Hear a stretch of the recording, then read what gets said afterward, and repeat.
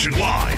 Mga kabrigada, 4 naman na paulat na nasawi sa Rido sa Maguindanao del Sur. Brigada Kath Austria, i-brigada mo. Brigada Live Report. 4 katao ang napaulat na nasawi sa armed encounter sa Linantangan proper Sharif Saidona Mustafa sa Maguindanao del Sur na naganap sa pagitan ng magkakaibang commands ng Bangsamoro Islamic Armed Forces. Batay sa ulat ng National Disaster Risk Reduction and Management Council, 4 pang nasugatan sa insidenteng nangyari nitong linggo.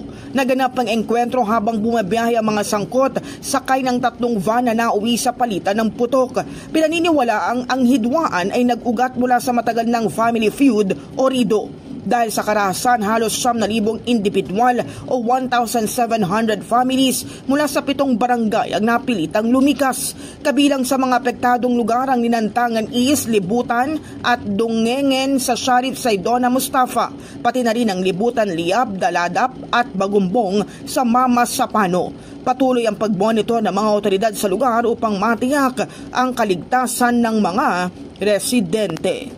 In the heart of changing lives, ako si Brigada Kath Austria ng 105.1 Brigada News FM Manila, the Music and News Authority. Katabalita nationwide. Ang bahaging ito ay hatid sa atin ng Guard C Plus with Zinc Capsule. Always protektado ang kalusugan.